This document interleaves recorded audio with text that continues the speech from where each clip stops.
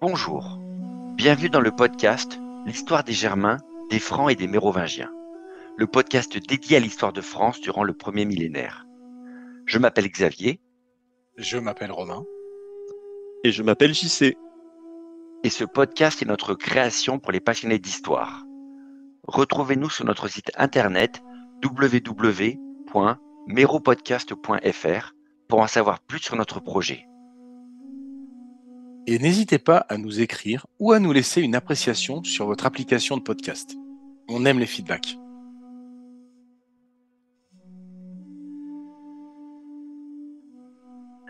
Ceci est l'épisode 7. Va falloir payer pour ça. Vous avez dû retenir de l'épisode précédent que Hermann et son clan appartenaient à un univers assez différent du nôtre. Leur travail âpre pour survivre dans leur ferme, leur vie de famille soudée à la vie et à la mort, ou leur organisation tribale, autant d'aspects du monde des Germains qu'on peut seulement tenter de comprendre au XXIe siècle. Enfin, plus ou moins. Avant tout, on doit retenir que les Germains arrivaient à fonctionner en tant que clan et en tant que tribu, quasiment sans monnaie, sans État et sans écriture. Aussi bizarre que cela puisse nous paraître aujourd'hui, ils coexistaient en communauté grâce à des codes culturels et des valeurs comprises par tous sans avoir besoin de les écrire. Même si ça devait souvent être chaotique au quotidien, c'est comme ça que la société germanique marchait au premier siècle de notre ère. Enfin, plus ou moins. Mais ça ne veut pas dire que la vie des Germains était de tout repos, ni qu'ils vivaient tous dans de petites bandes un peu hippies avant l'heure, de sympathiques communautés de paysans pacifistes non violents, élevant des chèvres, faisant des fromages, sans contrainte ni autorité. On n'est pas au Larzac. En fait, c'est plutôt le contraire pour les Germains, surtout au sujet du pacifisme d'ailleurs. Et c'est ce que nous allons voir dans cet épisode. Il y a une caractéristique que nous partageons avec les Romains. Sûrement plus d'une en fait, mais une qui caractérise parfaitement combien une société étatique moderne se distingue presque au premier coup d'œil d'une société sans État. Les Romains, comme la plupart d'entre nous aujourd'hui, ne portent pas d'armes sur eux dans la vie de tous les jours. Aucune force armée n'est autorisée à pénétrer dans l'enceinte de Rome en ce premier siècle, par exemple. Et plus généralement, il semble que personne ne se balade dans les rues d'une ville de l'Empire avec un glaive ou un bouclier à la main juste parce que ça lui chante. Soit à peu près très exactement la même situation qu'au XXIe siècle dans la plupart des pays occidentaux. La raison en est toute bête, mais elle a son importance à Rome lorsque l'Empire est à son apogée. Et non, ce n'est probablement pas parce que les hommes sont plus gentils, vivant tranquillement sous la tutelle bienveillante d'un empereur débonnaire. Probablement pas. En réalité, il y a toujours de la violence dans une société ou autour d'une société. Une violence engendrée par l'activité humaine qu'il faut arriver à maîtriser d'une manière ou d'une autre pour arriver à vivre tous ensemble. Pour gérer cette réalité, les Romains ont simplement délégué l'usage de la violence à une structure qu'on appelle l'État. Une idée qui a commencé à germer dès l'Antiquité, avant même l'arrivée des Romains, et qui va faire son chemin jusqu'à l'époque moderne. Aujourd'hui encore, on trouve généralement normal que lorsqu'on parle d'armée ou de police, toutes ces institutions sont dans les mains de l'État. Un État qui dispose de ce que l'on appelle le monopole de la violence légale. Parce que dans la conception romaine comme dans la nôtre, l'idée s'est imposée que la sécurité et le bien-être de tous sont bien mieux assurés par un État qui obéit à des règles précises et qui peut seul utiliser la violence dans un cadre légitime bien formalisé. Même si on pourrait trouver quelques contre-exemples, comme la rixe dans le monde romain ou la liberté de port d'armes dans certains pays modernes, toutes les sociétés à État ont fini par adopter plus ou moins cette philosophie. L'usage des armes et de la violence doit être réservé aux forces constituées des États et retiré des mains des citoyens pour leur vie de tous les jours. Et tout le monde vit mieux ainsi, en sécurité. Enfin, c'est l'idée. D'accord. C'est vrai qu'aujourd'hui, c'est seulement dans les sociétés sans État, par exemple en cas de guerre civile, qu'on peut voir des individus se balader avec des fusils mitrailleurs ou des bazookas en pleine rue. Alors, Pour l'Empire romain, on n'est pas tout à fait sûr quand même des règles précises sur le port d'armes. Les exclusions sacrées au sein de l'enceinte de Rome ne sont pas forcément applicables partout. Mais il semble quand même que dans la société romaine, une forme de fonction publique, que ce soit le préfet urbain ou la légion, contrôlait tout de même l'usage de la violence au quotidien. On n'imagine pas un sénateur romain venir au Sénat avec son poignard quand même. N'est-ce pas, Jules? Enfin, je plaisante. Mais qu'en était-il en Germanie, Xavier? L'un des traits les plus marquants qui va frapper Tacite lorsqu'il écrit la Germanie, c'est que tout le monde porte des armes. En fait, c'est même plus que ça. Tout le monde, tous les hommes libres sont obligés de porter leurs armes. Ne pas en porter signifie n'être qu'un esclave ou un prisonnier. Tacite nous dit des Germains, et je cite, qu'ils ne traitent aucune affaire publique ni particulière sans être armés. Les armes, c'est vraiment la marque ultime du statut d'homme libre pour ces peuples. C'est d'ailleurs l'une des raisons qui lui fait supposer, à tort, que Hermann et ses congénères ne sont que des guerriers, qui ne feraient jamais rien d'autre de leurs 10 doigts que de se battre et de vivre de la guerre. Des hommes qui passaient leur temps à boire et à manger entre deux combats, puis qui iraient se bagarrer avec leurs voisins pour mourir dans la gloire et l'honneur. Ça, c'est bien joli comme théorie, mais ça ne fonctionne pas vraiment dans la vraie vie. Si personne ne travaille jamais les champs, à qui Hermann et les autres pourraient-ils donc bien voler leur stock de grains en fait? L'idée même d'une société vivant exclusivement de la guerre et de pillage dépend toujours d'une autre société productrice de biens à aller piller. Et comme les Romains contrôlent leurs frontières et qu'il n'y a pas assez d'esclaves pour tout faire en Germanie, on voit mal qui les Germains dépouilleraient par leurs guerres incessantes si personne ne travaillait dans les champs. C'est donc juste une grossière simplification de Tacite, qui, encore une fois, écrit son traité pour alerter ses contemporains. C'est vraisemblablement inexact ou imprécis. Mais ça ne veut pas dire qu'il a tout faux dans tout ce qu'il nous raconte. N'oublions pas que toutes les sociétés sont violentes. La violence n'est pas exclusive aux Germains, quoi qu'en disent les Romains, qui voient la violence débridée, surtout chez les autres, mais pas chez eux. En plus, s'il est clair que la violence et les opérations militaires ne font pas partie des occupations banales et quotidiennes de Hermann, ça ne veut pas dire que ce n'est pas un élément important de son univers mental. D'abord, parce qu'il vit dans une société où il doit être amené à se battre, lui, personnellement. Pas tout le temps, mais quand même de temps en temps, puisqu'il n'y a pas d'armée ou de police pour le faire à sa place. L'utilisation de la violence qui peut s'abattre sur lui ou qu'il doit utiliser avec d'autres font partie des questions quotidiennes à sous-peser, à anticiper pour lui et son clan au quotidien. Une continuation du dialogue entre clans par d'autres moyens, pourrait-on dire. Et ensuite, parce que la société germanique est aussi structurée autour de la violence et de la guerre. Les dominants du pays sont principalement des chefs de bande qui s'enrichissent par le pillage, par la capture d'esclaves au cours de raids. On l'a dit, personne ne devient chef chez les Germains en cultivant son champ. La guerre entre tribus fait partie du processus de domination d'une tribu sur une autre, d'un clan sur un autre. Qu'il le veuille ou non, l'utilisation de la violence est un paramètre considérable de la société dans laquelle vit Hermann. Un paramètre qui détermine le succès, la fortune ou l'échec des individus. Hermann porte toujours ses armes en public, car dans le fond, la société germanique est une société où la violence règle beaucoup de choses quand même dans la vie concrète. Violence exercée ou simple loi du plus fort à laquelle il faut obéir au niveau de son clan, comme à l'échelon plus large de la tribu. Porter ses armes, c'est parfois utile et c'est parfois juste symbolique pour Hermann. Mais dans le fond, c'est simplement démontrer qu'on accepte de participer à la vie communautaire des tribus où la violence n'est pas un concept abstrait et lointain. Eh oui, parce qu'il y a de la violence dans la société germanique, on imagine souvent les Germains comme des super combattants, toujours à préparer la prochaine bataille. Mais les spécialistes s'accordent sur le fait que c'est plus une représentation culturelle qu'une réalité factuelle. Une représentation d'ailleurs que les Romains ne font que reprendre et amplifier, pour faire passer les Germains pour des brutes épaisses. Classique, quoi. D'autant que les Romains sont mal placés pour faire la morale autour de la violence, avec leurs arènes et leurs condamnations à mort spectaculaires. Mais bon, passons. Il y a eu de la violence dans la société des Germains, c'est sûr, et leur société ne cache pas cet aspect des choses. Que ce soit plus violent qu'ailleurs, c'est un tout autre débat.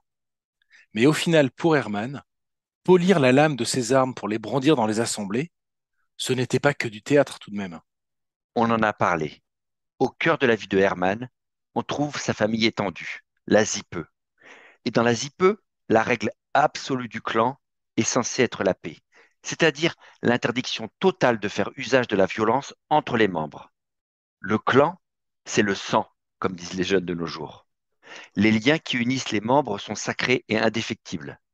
Cette paix dans le clan est un véritable tabou social. La briser signifie se mettre au banc de la société. À l'intérieur du clan, comme nous l'avons vu à l'épisode 5, on est unis envers tout et contre tout. Ton clan, c'est ton seul rempart contre les ennemis ou les bêtes sauvages. Mais il y a un revers à la médaille du lien clanique. Autant la paix est une obligation absolue en interne, autant la violence requise avec les autres clans est elle aussi une obligation absolue en cas de dispute. C'est ce qu'on appelle communément la fade, comme désigné par les auteurs plus tardifs du Moyen Âge. Le terme ne se traduit pas exactement en français moderne, sinon par l'utilisation d'un mot italien, la vendetta. Les Anglais, eux, ont gardé le mot feud, qui désigne encore aujourd'hui une dispute à l'intérieur du même groupe. Pour Tacite, le principe ne souffre pas d'exception et il le résume d'une seule phrase dans son ouvrage que je cite. On est tenu d'embrasser les haines aussi bien que les amitiés d'un père ou d'un parent. C'est une jolie phrase pour dire que si ça dérape dans un clan, on est un peu obligé de suivre le mouvement en fait. Et que dans une société armée jusqu'aux dents, ce beau principe doit avoir des conséquences bien pratiques et saignantes. Mais ce qu'il y a de plus intéressant à noter, c'est qu'on est en contradiction avec le droit romain et donc notre droit moderne qui parle toujours de responsabilité individuelle dans les affaires de justice. C'est au clan de faire justice selon un système plus ou moins clair de rétribution. Un œil pour œil, dent pour dent, accepté par la communauté dans son ensemble. L'idée étant que les crimes sont toujours possibles, il faut tout faire pour éviter d'en arriver là. Et la meilleure façon de décourager ceux qui seulement y pensent, ou de punir ceux qui sont passés à l'acte, c'est que si un homme attaque un membre du clan, tout le clan a le devoir de se venger sur l'agresseur ou sur n'importe quel membre de son clan, proportionnellement à la gravité du crime. En gros, si un homme libre du clan voisin de celui d'Herman venait à se plaindre d'une histoire de vache errante sur le mauvais pré, et que de fil en aiguille, le ton montait, et que notre voisin finissait par casser la jambe d'Herman à coups de gourdin, tout son clan serait dans l'obligation de retrouver l'agresseur, ou n'importe quel homme de ce clan, et de lui casser la jambe. Et c'est le même tarif pour un meurtre, un vol, un viol ou tout autre délit. C'est un principe simple que tout le monde comprend et accepte dans le monde germanique. À défaut d'empêcher totalement la criminalité, ça permet d'y apporter une solution à peu près compréhensible pour tout le monde. Une règle basique, facile à articuler pour éviter une anarchie totale. Car aucune société ne pourrait fonctionner si les crimes restaient sans réponse, faute de police ou de justice organisée. Non seulement un crime est punissable dans le cadre à peu près défini du œil pour œil, dent pour dent, mais la punition et son application est collective. Tout le groupe de l'agresseur est coupable et tout le groupe de l'agressé est en charge de la justice. Ah ouais, ok. Donc si la responsabilité et les règlements des crimes est collectif, c'est facile d'imaginer que cela renforce forcément l'influence du clan sur l'individu. Tu ne vas pas t'amuser à prendre des décisions un peu à l'emporte-pièce si tu sais que c'est tout un clan qui va te tomber dessus et que c'est ta petite sœur ou ta tante qui peut subir les conséquences. J'imagine que le clan doit aussi jouer un rôle de régulateur pour ne pas laisser n'importe qui faire n'importe quoi. Enfin, plus ou moins. Donc, je comprends mieux pourquoi Herman et son clan portent toujours leurs armes, façon second amendement des clans unis de Germanie, et peuvent les dégainer immédiatement si un clan voisin commence à ne plus respecter les règles. Mais je suppose que ça n'a pas que des avantages non plus comme système. Et non, car les crimes, comme dans n'importe quelle société, existent quand même chez les Germains. Et donc, la violence est une constante dans cette société, même pour les simples paysans comme Hermann et les siens. La simplicité du principe de la fade, si elle garantit une certaine forme de stabilité, ne règle pas toutes les affaires. N'importe quel avocat vous le dira si vous devez aller en justice un jour. Chaque situation, chaque affaire est toujours unique. Les circonstances sont toujours particulières. Et c'est là que ça devient compliqué. La fade implique une rétribution à hauteur du crime, ni pire ni meilleur. Seulement, quand c'est l'offensé ou la victime qui doit définir la gravité du crime ou de la réparation, ça ne vous étonnera pas d'apprendre que c'est rarement la même évaluation que celle faite par le criminel. Quiconque a eu à élever des enfants aura une idée très précise du phénomène. Vous savez, le genre de situation entre gamins où la même histoire de dispute a deux interprétations tout à fait différentes de la part des deux protagonistes. Personne n'arrive à se mettre d'accord sur les responsabilités individuelles, la nature du dommage infligé ou les séquelles morales et physiques subies. Au point où parfois, vous vous demandez si les deux gamins vous parlent de la même affaire en fait. C'est là la grosse limite de la fade ou des mécanismes de vendetta. Sur le papier, ça semble facile à exécuter. Dans la vraie vie, ça finit presque toujours par dégénérer en vengeance et contre-vengeance qui partent rapidement en vrille. Parce que si l'homme était capable de raisonner froidement quand il est blessé ou offensé ou meurtri, ça se saurait depuis le temps. Comme tu le décris là, ça veut dire que l'instabilité des clans était probablement la norme et pas l'exception. Il doit toujours y avoir une vengeance en cours qui traîne par-ci, par-là pour relancer la machine à Fed. Enfin, j'imagine. On comprend mieux pourquoi la constitution des tribus qui regroupent les clans d'une zone géographique est toujours volatile. Entre toutes ces histoires de dettes d'honneur ou de contre-vengeance à régler, il y a toujours matière pour les clans à se déchirer entre eux, quitte à rejoindre un nouveau groupe tribal qui les soutiendra dans les querelles qu'ils ont sur les bras. Mais avant d'en arriver là, il devait bien y avoir quelques mécanismes de médiation, non? Oui, il y en a. On appelle ça le Vergeld, ou le prix de l'homme en quelque sorte. Un mécanisme assez surprenant pour nos consciences modernes qui donne une valeur financière aux crimes importants. Une valeur qui, une fois acceptée par les deux parties en forme de réparation, permet de régler une fade entre deux clans et de tourner la page sur les crimes et vengeances passées. Le montant se négocie généralement entre les parties et dépend de la nature du délit, bien sûr. La jambe cassée de Herman ne coûte pas le même prix que le meurtre de son frère. Ça dépend aussi de la nature de la personne. Cela peut sembler choquant, mais le rapt d'une jeune fille en âge de se marier coûtera bien plus cher que celui d'une vieille femme. Le système fonctionne entre les clans et dépend évidemment de leur volonté commune d'éteindre les conflits en cours avant que l'engrenage n'aille trop loin. Il fonctionne aussi notamment durant l'Assemblée, grand moment solennel où les chefs de la tribu peuvent examiner les faits en cours et forcer l'extinction de la vendetta en fixant eux-mêmes la compensation légitime d'un clan envers un autre. C'est ça le Vergeld, une réparation pour régler une dette ou un préjudice. Le système n'est sûrement pas parfait, mais il fonctionne parfois. Ces mécanismes de médiation basés sur la négociation et le marchandage peuvent éviter un cercle infini de brutalité entre les clans. Et l'Assemblée sert à ça aussi, en dernier recours, quand deux clans ne peuvent plus sortir de la spirale. Parce que l'Assemblée, c'est le moment et l'endroit où l'unité de la tribu peut être imposée par les chefs pour mettre à plat tous les conflits qui la déchirent. Éteindre les vengeances avec un vergeld et imposer la cessation de la violence permettra au groupe de se ressouder et de porter la guerre chez les voisins, par exemple. Sans la fin de la fade, l'union des clans et des hommes de la tribu pour déclencher des opérations militaires est impensable. On ne coopère chez les Germains qu'entre clans où les vengeances ont été réglées. C'est cette paix rétablie qui permet à la tribu d'être un bloc. Rappelons-le, le recours à la violence n'est pas vu comme une aberration pour la société germanique. C'est un mécanisme pour assurer la stabilité sociale dans le système tribal. Mais cette violence doit tout de même se régler au bout d'un moment. Et si la faille ne suffit pas, il faut aussi savoir composer pour terminer des affaires trop embrouillées dont tout le monde sortirait perdant.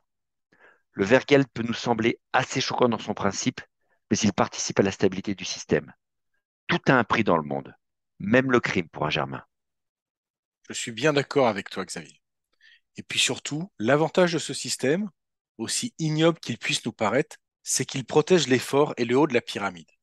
Si le prix est dépendant de l'importance sociale de la victime, on a une raison de plus pour éviter que n'importe qui s'attaque à un chef militaire ou politique. C'est dissuasif. Non seulement il a peu de chances de l'emporter par la violence contre un groupe puissant, mais il n'a pas en plus les moyens de payer un vergel si c'est la seule option de réparation. C'est complètement injuste pour les faibles et les pauvres, mais cyniquement, ça assure un peu de stabilité au leadership des grands et des puissants. Et oui, au risque de décevoir les plus naïfs ou les plus optimistes d'entre vous, l'injustice sociale et l'exploitation des plus basses classes n'est pas née au XIXe siècle. En conclusion, le système tribal fonctionnait avec quelques mécanismes acceptés par tous pour rendre la justice, qu'on les appelle Fed ou Vergelt, des mécanismes simples mais censés empêcher le chaos total de la société. En vérité, ce système ne marche pas tout le temps. Le retour au calme n'est pas automatique malgré la Fade ou le Vergeld. Une fois les épées sorties, on ne revient pas si facilement que ça à des sentiments charitables envers son voisin, qu'il y ait eu vengeance ou paiement pour consoler ceux qui ont souffert. Fade et Vergeld sont des règles sociales pour essayer de calmer les victimes en cas de crime, mais rien ne garantit que ça fonctionne toujours. Comment forcer un clan ou un individu à respecter un accord ou une rétribution qu'il trouve injuste, ou trop cher payé? Et puis au fond, la grande limite du Vergeld, c'est que son but n'est pas d'amener la justice. Non. Le Vergeld a pour but d'amener la paix, de ramener le calme entre clans pour qu'ils continuent à coopérer. Personne ne peut croire que la justice est rendue si un homme est juste assez riche pour régler le meurtre d'un membre de ta famille par une somme d'argent, aussi grosse soit-elle. Cette paix qu'amène le Vergeld permet aux hommes de coopérer un temps, pas de s'unir véritablement. Le Vergeld, c'est un principe qu'on pourrait appeler de la réelle-politique, pour utiliser un terme moderne. Les hommes et les clans sont obligés de composer avec les rapports de force existants, notamment sous l'égide des plus forts et des plus riches qui dirigent la société. Mais c'est une paix et une coopération contrainte, imposée par la situation et dépendante des rapports de force et de richesse. Cette paix et cette coopération ne durent que tant que les rapports de force et de richesse entre les clans ou les tribus ne se modifient pas. La conséquence de tout cela, c'est évidemment l'instabilité chronique du monde germanique. Une instabilité qui trouble Tacite, comme tous les Romains, qui comprennent mal une société si fluide et si changeante. Les alliances, les recompositions, les familles qui prennent le contrôle des clans, des tribus, au gré des feuds ou des vergelds pour s'absoudre de crimes, autant de bizarreries incompréhensibles pour les Romains. On pourrait imaginer que c'est une énorme faiblesse de la société germanique vis-à-vis du monde romain, notamment en matière militaire. Comment une société si facilement distraite par les vengeances et les disputes collectives peut représenter une force combattante opérationnelle? Effectivement, ce n'est pas très crédible au premier siècle. Mais c'est aussi une force pour les Germains que de savoir se recomposer et de s'unir si rapidement en cas de besoin au gré des changements de circonstances et des rapports de force. Le côté agile des Germains faisait déjà des merveilles il y a 2000 ans. Et dès que des chefs assez puissants vont apprendre à dominer le côté ultra-violent et facilement recomposable de la société germanique pour en faire des outils efficaces dans leurs mains, le rapport de force avec Rome va changer du tout au tout. Merci d'avoir écouté cet épisode de L'histoire des Germains, des Francs et des Mérovingiens, le podcast dédié à l'histoire de France durant le premier millénaire.